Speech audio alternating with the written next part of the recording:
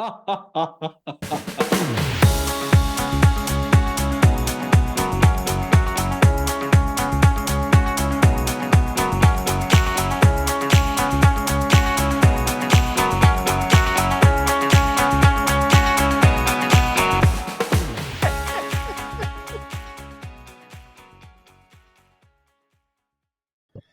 and welcome to this podcast, Laughter Lab. Oh my gosh, I'm so happy to have you here, Natalie. So, Natalie, I know you and I know all the amazing things that you do, but there are millions of people out there listening to this podcast eventually. They want to hear about it. So can you tell us briefly what is it that you do? Your podcast is about laughter, Stefano, and you already had me laughing at that. The millions of followers and watchers of your podcast. Yes. Um, Natalie Fairchild, I'm the founder and chief inspirational officer, is what I like to call myself, of Pacific Perks Coffee. We do mobile catering, event catering, and we have 10 different services. One of them, and our most used, is the espresso bar. So we'll roll right into an office to create some joy, whether it's appreciation, teacher appreciation, safety meetings at a manufacturing, all kinds of different things. And the thing that I'm working on most right now is we franchised. So we are a franchise and we are building up our pipeline and finding the right people to become part of the Perks family. So that's who I am. That's really cool. Can I get the espresso bar right here in my house right now with like about 3 gallons of espresso? Because I'm from Italy, so that's the only thing I drink. I don't drink any other coffee.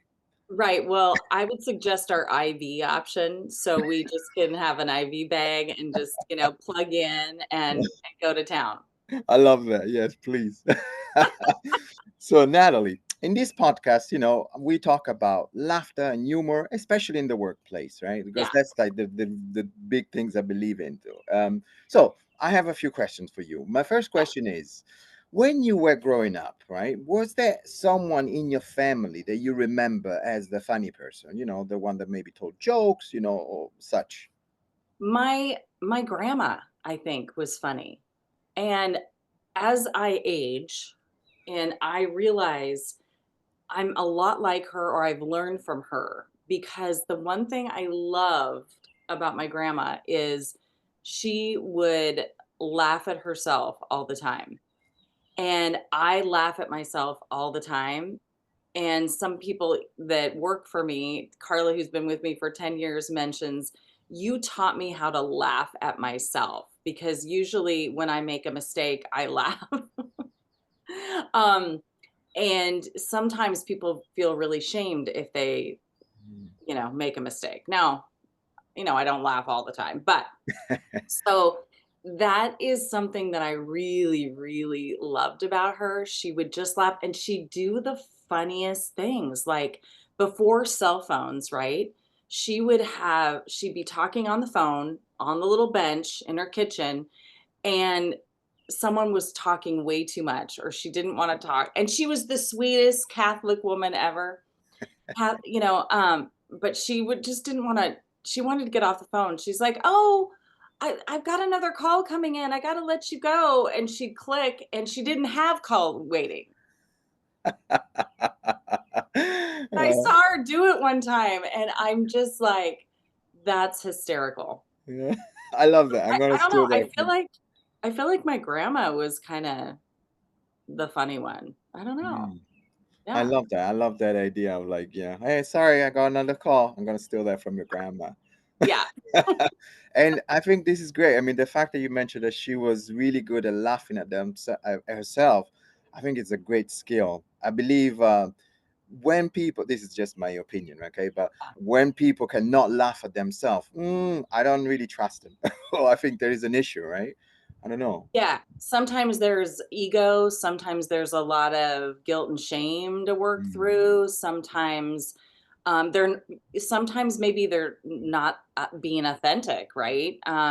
They don't feel comfortable letting out who they are, And I'm kind of the opposite. I have to kind of rein in my authenticity sometimes. Um, I can be a little inappropriately funny sometimes. I lead an HR coffee talk, and I'm like an HR nightmare. But anyway, I but think it that's a great quality. I love that. This is very interesting because other people that I, talk with in this podcast, they share this about being authentic or being real or being themselves. Maybe I think laughter and humor really like help us with that, right? But maybe sometimes for one reason or the other, especially in the workplace, maybe some folks have, maybe difficulties or they feel like they cannot be themselves, right? They can have to hide or behave a certain way. Have you experienced yes. that? Yes, I hear about that a lot. It's definitely there. I think in the last several years, I think COVID helped. Companies are more focusing on, are you okay? Bring yourself to the workplace. I think sometimes people are still worried about that if they bring their true self or bring their concerns, how is that going to be looked at? um, the psychological safety feeling in the workplace is a big, big topic. And Mhm. so I think we're all doing better at it, but it's kind of like a big ship that just takes a while to turn and to trust that that's okay. I know my brother worked for Pfizer, and in the pharmaceutical industry, it's like there is a face and everyone's professional and good looking and all of that, and they really did a shift of, bring yourself and that kind of thing. And I think that's awesome, and it takes a while to really for the employees to come around and shift to that. Um, Culture is so, so important to me, and it's one of the things I'm most proud about with our company in that we like to have fun. It's one of our core values, professional and fun. You can be professional and you can have a blast together. And I really love to see people who they are. I love to ask about them. I love to get to know them. We do celebrations in the beginning of our meetings, or what are you looking forward to? It's just great because it allows you to learn something about your employees. I just learned that one of our head trainers, she's teaching golf.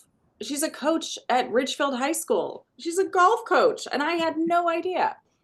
So it's really, really cool, and then you get to celebrate those things and bring them come around and ask them about that, and creating those kind of connections helps people celebrate who they are and bring themselves to the workplace.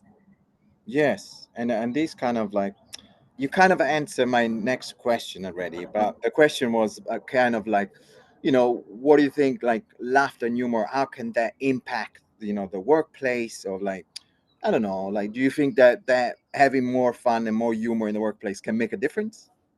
Yeah. Mm. Yeah, no brainer, no brainer. Mm. I mean, when you're, if you're stressed and you watch a video of a baby laughing hysterically, I don't know about you, Stefano, but I just, woo, and I can't help but laughing or watch people laugh together. It's hysterical. Mm. And what that does is that lowers our stress, our cortisol, our blood pressure, and then guess what? We're more productive at work. Boom, you said it. I mean, you're the expert here. I mean, I should be, you should be the one I should be talking for your podcast. But anyway, thank you for sharing those insights. I mean, absolutely. Like definitely that help with stress and getting people connected, right?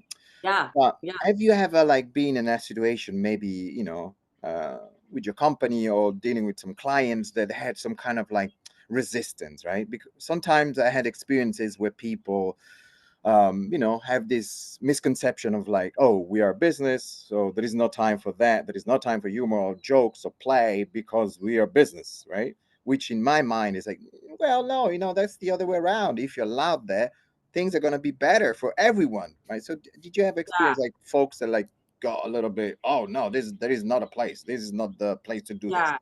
That's interesting because for you, when you're out speaking and talking to companies about doing speaking engagements, I can see you get resistance to. some companies, because they're like, we don't have time to laugh, which is Mm. so old school and not your client, right? It's not Yes. who you want to work with. Yes. And you want to take all the employees from that company and go, you got to check this other company out.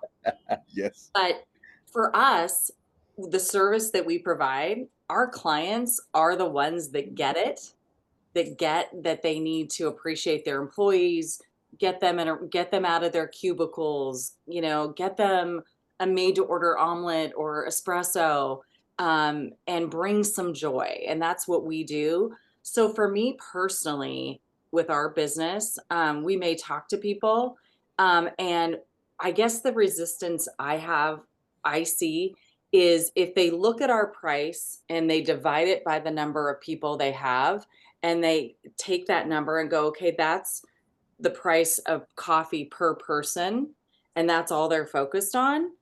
Those are the people that are like, it's not going to work for us. However, when you look at, not that we're expensive, but when you look at the beauty of it, the Mm. beauty that we're bringing joy, you guys can keep doing your work, the value of what comes out of that, having fun and laughing, and the foosball tables and all that stuff companies bring in, because it is important. You cannot go hard for 8 hours and be productive. You just can't. That's why there's breaks. Yes, we need breaks, and you need to drink espresso while you're having a break.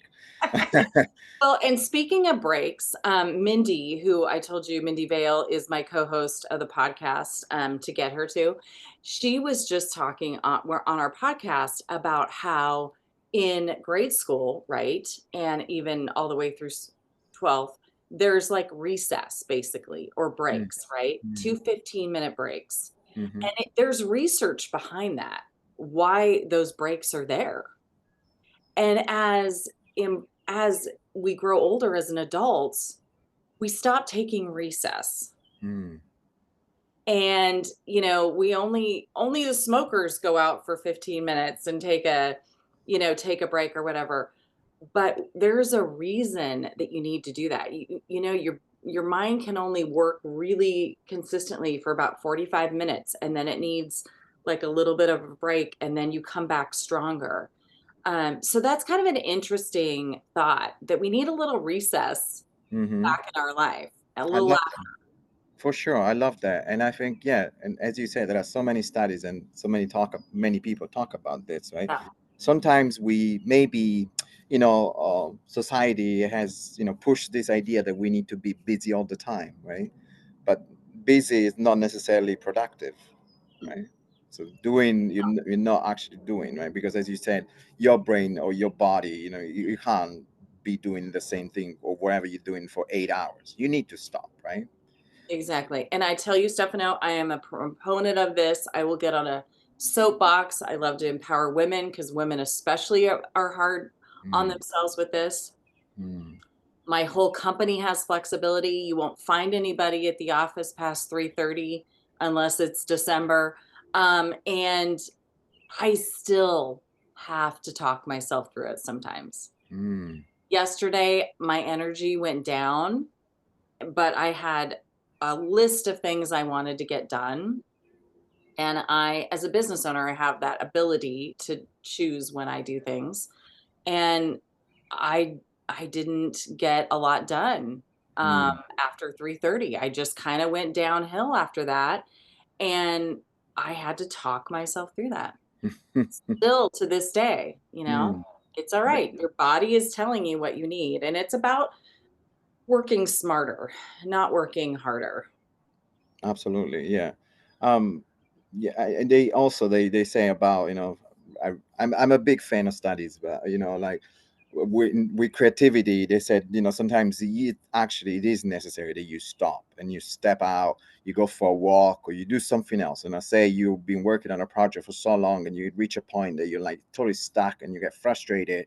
They say go, stop doing it, go somewhere else, do somewhere else, and then maybe while you're out there having that walk or drinking your cup of coffee, you might have that aha moment, right? And then you Mhm. get back, and it's kind of like a moment to like give your brain like a little break, a little reset, so it's Right. right. 100%. Yeah, 100%. And then that gives us the ability and space to relax and laugh a little bit more. I think that's where my laughter has come Mm, a lot, is getting that mm, and knowing that I'm people would say I'm a type A, go, go, go person. When I'm working, I'm very, but I need as much downtime as I need go time. And I pushed that away for so, so long. But I mm. think I finally accepted that. And again, I still have to work through it, but I finally accepted that. And that's allowed me to have a little bit more space in my life to be able to laugh. I Yes. love to laugh at the funny of life. And most of the time it's me, Stefano. There's endless supply to laugh, Mm. yeah, about. I So, know, yeah, but you got to, but yeah, that's a very good point. I think that endless supplies, if you take the moment, right, and if you're like maybe be present and stop for a second and just look around and just pay attention to what's around you, because in my opinion, like laughter and comedy, it's everywhere, right? But you gotta, pause and breathe and like, oh wait, maybe something. I love the fact at the beginning of this podcast you said, I laugh a lot about mistakes, right? If I make a mistake, I laugh about it. I think that's really great, that you my have this my ability. my husband didn't love it so much when we were married. Oh Mm, my god, I feel so bad for him because I get that, but, like, mm, it's something about s me making a mistake and someone bring it to my attention, and I just think it's funny because 'cause I'm like, "Oh my god, I did that." mm, Like, I actually did that, and mhm. yeah, so, yes, it's I was on our first podcast, I was talking about the comedy event, Laugh to End Alzheimer's, and I was spelling Kiggins Theater to Oh, people oh to wow. get tickets. Yes. Oh my god. And I said, "K as in cat." And then and Yes. Mindy, I can't get away with anything, and I was Mhm. like, "Wait a minute." Yes. And then I spelled theater the English way, you Oh, know, okay. TRE. Mhm. And so Mhm. I had to really, like, I swear I'm dyslexic. I know I am. Like, and so to spell things, like, I have to really concentrate. And she goes, "Are you okay? That looked really difficult." And I'm like, "That was brain surgery for me." Um, Mm. so, and in this event, we're gonna put a text string on the screen that I had when I was dating, or on the dating apps with a guy. Yes. Never met him, and you'll know why. But, he spontaneously said, "Hey, um, do you wanna go watch football and, meet me down da da da?" And I was like, "I can maybe do that. Let me check back with you in the afternoon." And I was just exhausted. I'd just come back from vacation or something, and, that first day, or go, go, go. So I made the mistake of saying, I meant to say, "I am just pooped today. I'm exhausted." Like, and I said, "I pooped today!" Exclamation point. And then 45 minutes went by and I went back to check the message, didn't realize I said it. And he's like, "Wow, I'm glad that that happened." I'm guessing that was maybe an autocorrect. And I wish I could say it was an autocorrect. It wasn't. Like, anyway, so needless to say, we never went on a first date. So don't even use the word poop in any text chain.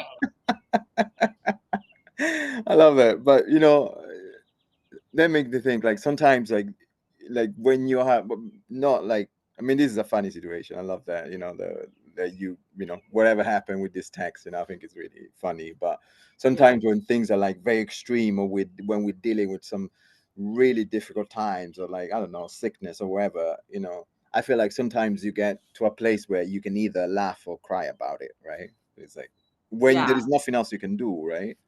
Right, right, exactly. And I would love to say in all those situations, Stefano, that I am like chill, and Mm. I'm actually a Pisces, and I looked at my friends and I go, I wouldn't consider myself chill, and they're like, "No, definitely not." Mm. Um, I yeah, I in those situations, sometimes my things can come up for me, and then I'm like, "Oh, is my security rocked?" And I can freeze and things like that. But I think the when you walk away from it, you can laugh at it. Mhm. Sometimes when you look back at it, I really feel like the key to laughter for me is living my recipe. And Mm.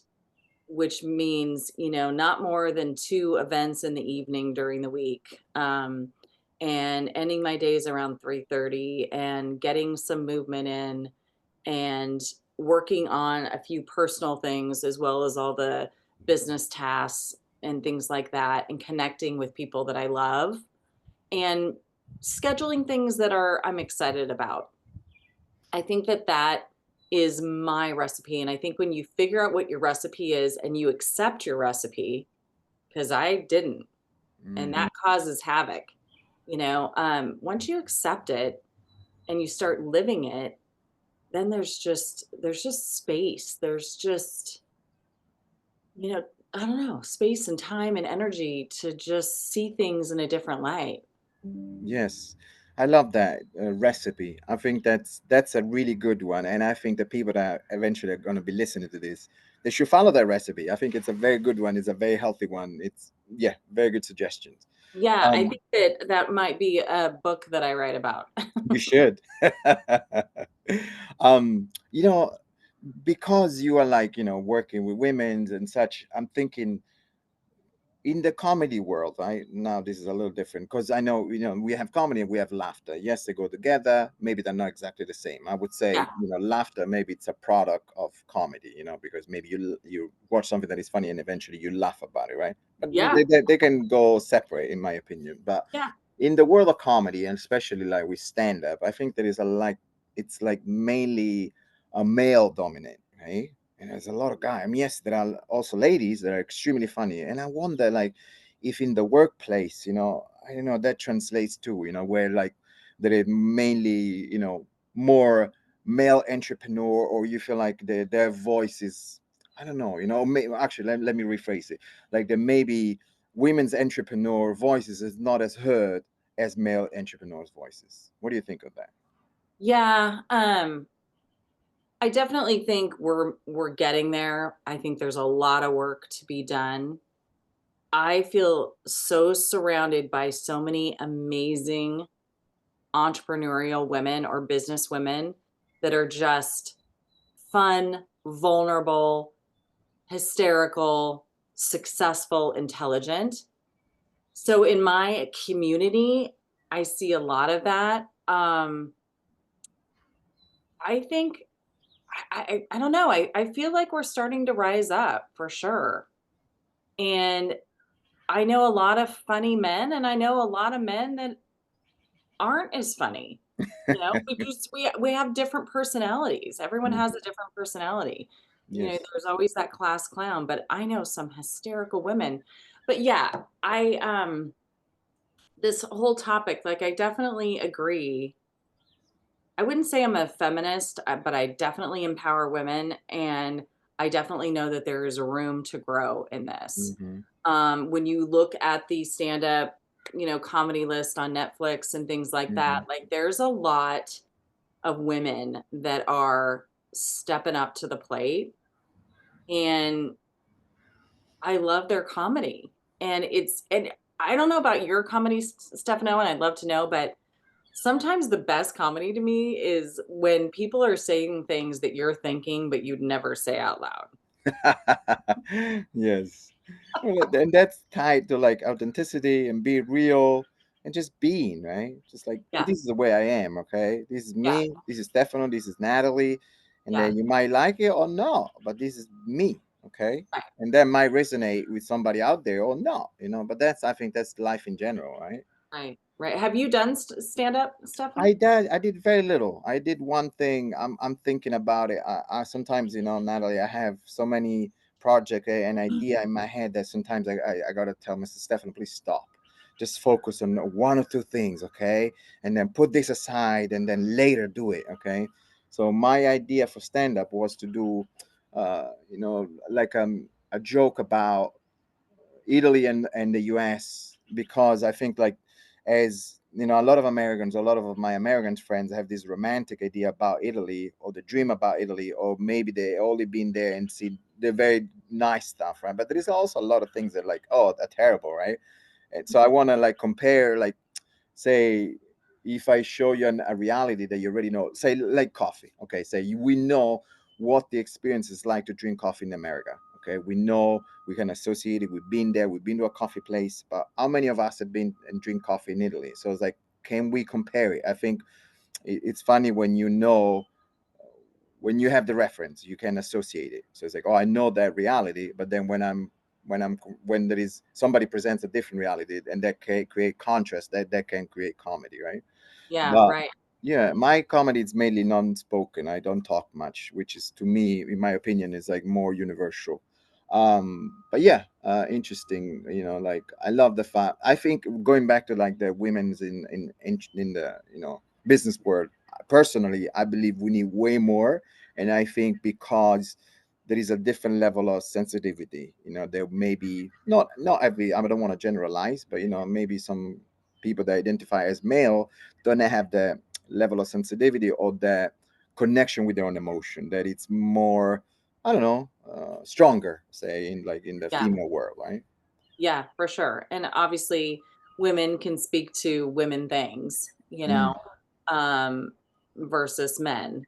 mm-hmm. They don't know our experience. And yeah. And Kelsey Cook, she's dating Chad Daniels. They're dating each other. That's Hmm. interesting. Yes. I know she's coming to Portland Oh, here. cool. Yeah, Hmm. yeah. So yeah, I've had this like little secret feeling sometimes of wanting to do stand up. I don't know why. I don't know why. I don't know how I have this ugh, to do things in my life. I don't know if it's the entrepreneur in me, but um yeah, I did a little stand up in the beginning of a comedy event last year that I put on for Alzheimer's, where there was actual comedians there. And anyway, I just I don't know why. I don't know why. Why not? Why not? But this event that we're putting on is gonna be kind of like, hey, it's gonna really be an absolute blast. Hmm. And, we'll go national with it. Yes, There'll be millions of viewers, stuff, exactly. or it won't. But Yeah. yeah. And it's still okay. And it's still okay. It Hmm. just, I don't know why I get comfortable with putting myself out there. Hmm. So That's a very like good skill, and it's very courageous, in my opinion, like to just go pages. out there and do it. But I believe it's what you said, is that entrepreneurial mind, right? Mindset that is like, oh, I try things. I love to get involved in project. I like to do my own thing. I like to be my own boss. I mean, this is my my experience, right? And so, 100%. yeah. And that's when you have to slow down the ideas because they're coming so fast. I mean, Yeah. that's the creative in me for sure. Yes, I have the same struggle. It's a good one, but Yeah.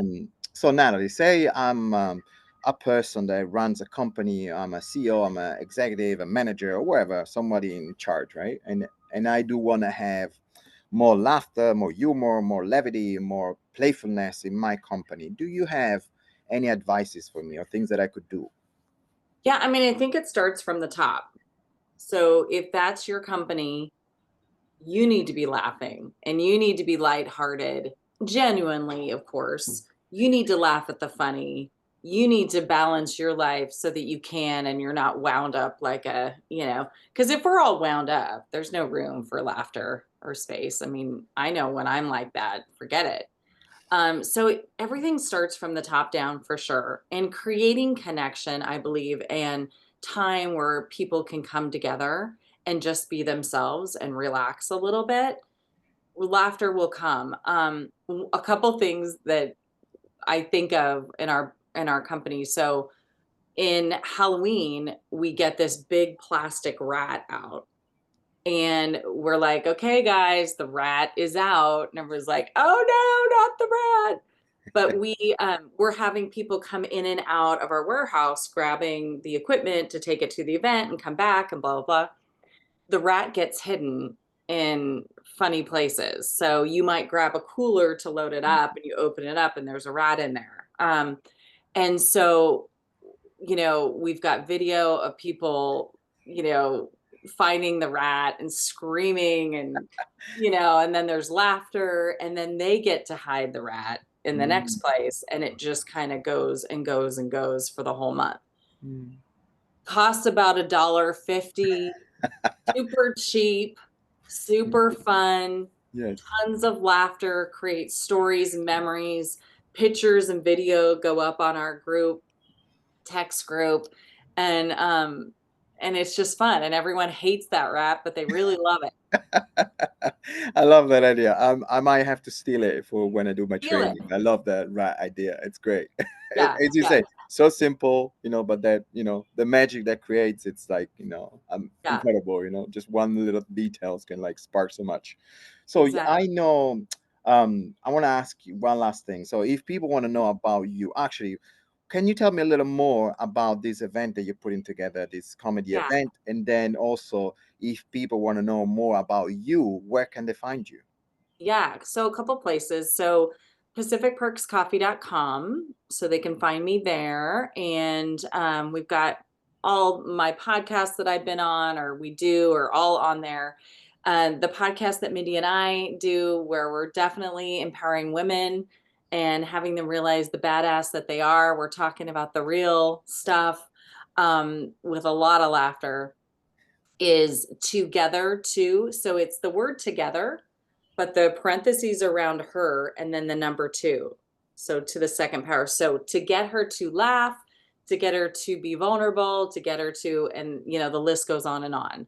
So the website for that is to hyphen get hyphen her to the number two.com. And you can find the podcast anywhere you enjoy podcasts. So that's that. And then we're doing the Alzheimer's Laugh to End Alzheimer's event. So it's supporting the Association of Oregon and Southwest Washington, the Alzheimer's Association. And it's May 15th, 6 p.m. It's at Kiggins Theater with the K. And you can Like get cat. tickets. Yeah, you can get tickets online there, and it's called Laugh to End Alzheimer's. So it's going to be a panel of hilarious women, and we're going to be talking about the funny of womanhood. We're going to have audience participation. We're going to have visuals. Like I said, my screenshot of my text with, using the word poop in there will be there. Um, we're actually going to talk about our favorite products too. Some of our favorite products, like Nice. the Potty Squatty. One of our members on the panel loves the Potty Squatty, and we'll do a demonstration on that. And so anyway, we're just gonna have a lot of fun. And one gal I recently talked to about it, she said, "Oh my gosh, this is an event with no expectations." And Mm, there's expectations on us. But for women, no expectations. Just come and laugh and have a good time. We all need more laughter. Tickets are $40. Easy peasy. We'd love to have you there. So, that's fantastic. I mean, I wish you the best with this event. I know it's going to be a great success. It sounds already like a great event. I love the name, and I love the fact, just come and just be. That's the main. That's, I don't know, yeah, priceless for me. It's like just be, no expectation, just yeah, come and see. See what happens, because you might be yeah, surprised. exactly, exactly. All right, So the Natalie. pressure's Sorry. no pressure. Yes. But now you got to get this podcast up before May 15th. Oh, I have to, of course. So I want to thank you so much for your time. This has been very inspiring. So thank you again for being here. You're welcome. Thanks for having me. It was fun to chat. Yay.